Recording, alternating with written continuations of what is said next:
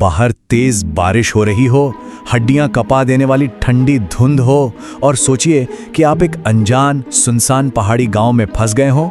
आज हम जिस खौफनाक दास्तान के पन्ने पलटने वाले हैं वो बिल्कुल ऐसी ही एक काली रात से शुरू होती है। इस कहानी को the echo of the midnight bell कहा जाता है। ये सिर्फ कोई नाम नहीं है बल्कि एक ऐसे डरावने रहस्य की गूंज है जिसने एक शांत से गांव की रातों की नींद हमेशा के लिए उड़ा दी।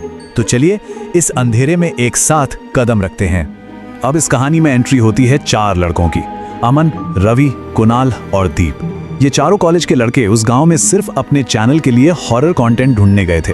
उन्हें लग रहा था कि गांव वालों का डर बस एक अंधविश्वास है, एक मजाक है। लेकिन तभी एक बूढ़े आदमी ने उनका रास्ता रोक लिया।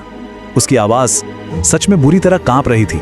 उसने कहा, देखो कहीं भी चले जाना, लेकिन आज रात उस मंदिर की घंटी भूल कर भी मत बजाना। लड़कों ने क्या किया, वो बस एक दूसरे को देखकर हंस पड़े। और सच कहूं तो उनका यही अहंकार उस खौफनाक रात की सबसे बड़ी गलती बनने वाला था। उस गांव का ना एक बहुत ही सख्त नियम था, एक ऐसा नियम जिसे पीढ़ियों से आज तक किसी ने तोड़ने की जरूरत नहीं की थी।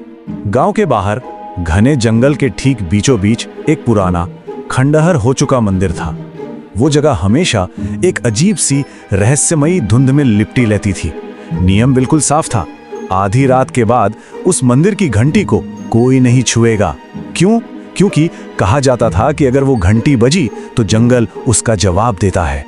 एक ऐसा भयानक सन्नाटा वहां पसर जाता है जो इंसानों की हर हरकत को नोटिस करता है। अब देखिए खतरा कैसे कदम दर कदम करीब आ रहा था। रात के 11:45। वो चारों उस चेतावनी को पूरी तरह से इग्नोर करके तेज बारिश में उन पुरानी काई लगी सीढ़ियों पर फिसलते हुए ऊपर चढ़ रहे थे। बिजली चमकती तो जंगल का वो खौफनाक रूप सामने आ जाता। 11:55 वो आखिरकार उस धुंध से भरे खंडर हो चुके मंदिर तक पहुंच ही गए। और फिर 11:59 उल्टी गिनती शुरू हो गई।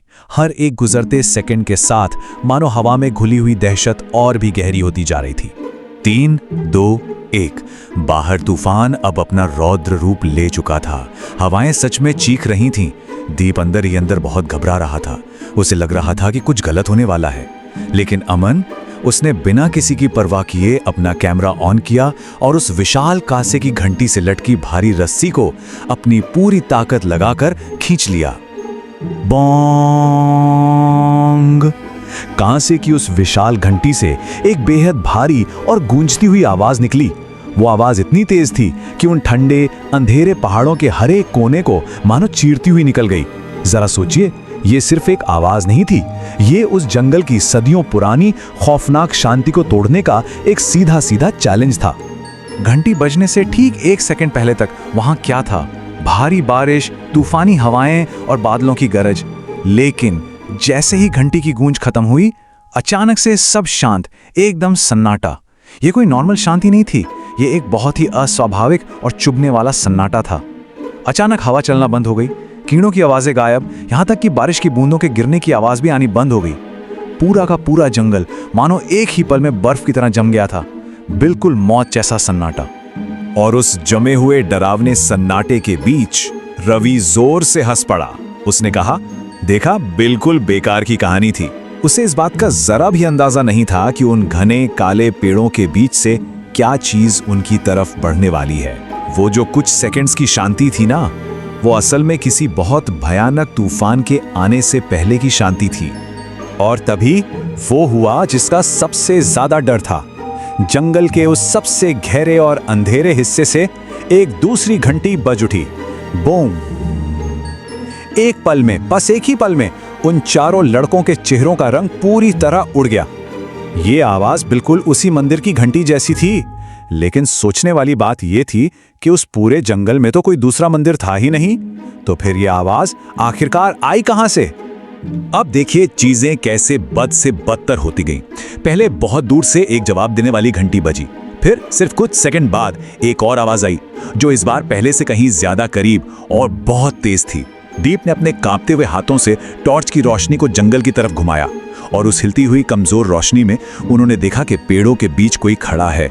एक बहुत ही असामान्य रूप से लंबा आकार, जिसके बाल इतने लंबे और गीले थे कि उसका पूरा चेहरा ढका हुआ था। और सबसे डरावनी बात, उसके हाथों में भी एक पुरानी जंग लगी हुई घंटी थी। उस अजीब सी परछाई ने बहुत धीरे से अपनी घंटी बजाई, बूंग गंग गंग। इस बार ये आवाज सिर्फ उनके कानों तक नहीं रही, ये सीधे उन लड़कों के सीने में जाके लगी, एक हिंसक कंपन पैदा करते हुए। ये वो एक्सट्रीम लेवल का खौफ था जिसे इंसान का दिमाग प्रोसेस नहीं कर पाता, बस शरीर का हर एक रोंगटा उसे महसूस कर रहा था। और उसी कंपन के बीच कुणाल के गले से एक बहुत ही भयानक और हताश चीख निकली, भागो। बस वहीं से उनका वो जानलेवा पीछा शुरू हो गया। दहशत से भरे हुए वो चारों लड़के उन फिसलती गीली सीढ़ियों से अंधेरे में पागलों की तरह नीचे दौड़ पड़े। किसी के भी अंदर इतनी हिम्मत नहीं बची थी कि वो एक बार भी पीछे मुड़कर देख सकें। उनके ठीक पीछे से लगातार घंटी बजने की आवाज आ रही थी, जो हर गुजरते सेकंड के साथ उनके और करीब आ रही थी। भागते भागते एक एक करके उनकी सारी टॉर्च बुझने लगी। जब अमन ने किसी तरह हिम्मत जुटाकर पीछे देखा ना, तो उसकी तो सांसें ही अटक गईं। वो रहस्यमयी चीज अब कहीं दूर नहीं थी, वो ठीक दीप के कंधे के पीछे खड़ी थी। फिर एक बहुत जोरदार चीख गूंजी, कैमरा सीधा जमीन पर गिरा और स्क्रीन पर सिर्फ बारिश और स्टैटिक नॉइज रह गई। सब कुछ वहीं खत्म हो गया। अगली सुबह इस खौफनाक रात के बाद कहानी में एक बहुत ही अजीब और सुनकर देने वाला मोड़ आता है। जब गांव वाले हिम्मत करके जंगल के उस रास्ते पर गए तो उन्हें वहां सिर्फ टूटे हुए कैमरे पड़े मिले, और उन 4 लड़कों में से सिर्फ एक ही इंसान जिंदा बचा था, अमन। वो बिल्कुल खामोश उसी मंदिर की ठंडी सीढ़ियों पर बैठा हुआ था, और उसकी खाली आंखें बिना पलक झपकाए बस जंगल की तरफ घूरे जा रही थीं। जब लोगों ने अमन से पूछा कि आखिर वहां हुआ क्या था, तो उसके मुंह से निकले कांपते हुए शब्दों ने उस गांव की सदियों पुरानी कहानी का मतलब ही बदल कर रख दिया। उसने बड़ी मुश्किल से कहा, वो हमारी घंटी का जवाब नहीं दे रहा था, वो तो बस वहां इंतजार कर रहा था कि कोई बेवकूफ आए और फिर से घंटी बजाए। यानी वो भयानक साया वहां सदियों से बस अपने अगले शिकार का इंतजार कर रहा था। तो अब एक बहुत ही खौफनाक सवाल पीछे छूट जाता है, आज रात वो जंगल और किसका इंतजार कर रहा है? कहते हैं कि आज भी जब भी कोई तूफानी रात होती है और कोई गलती से उस जंगल के पास से गुजरता है, तो उसे 2 घंटियों की आवाज साफ सुनाई देती है। ये कहानी हमें याद दिलाती है कि कुछ रहस्यों को, कुछ दरवाजों को हमेशा के लिए बंद ही रहने देना चाहिए। उन 2 गूंजती हुई घंटियों की डरावनी आवाज के साथ हमारी आज की एक खौफनाक दास्तान यहीं खत्म होती है। संभल कर रहिएगा।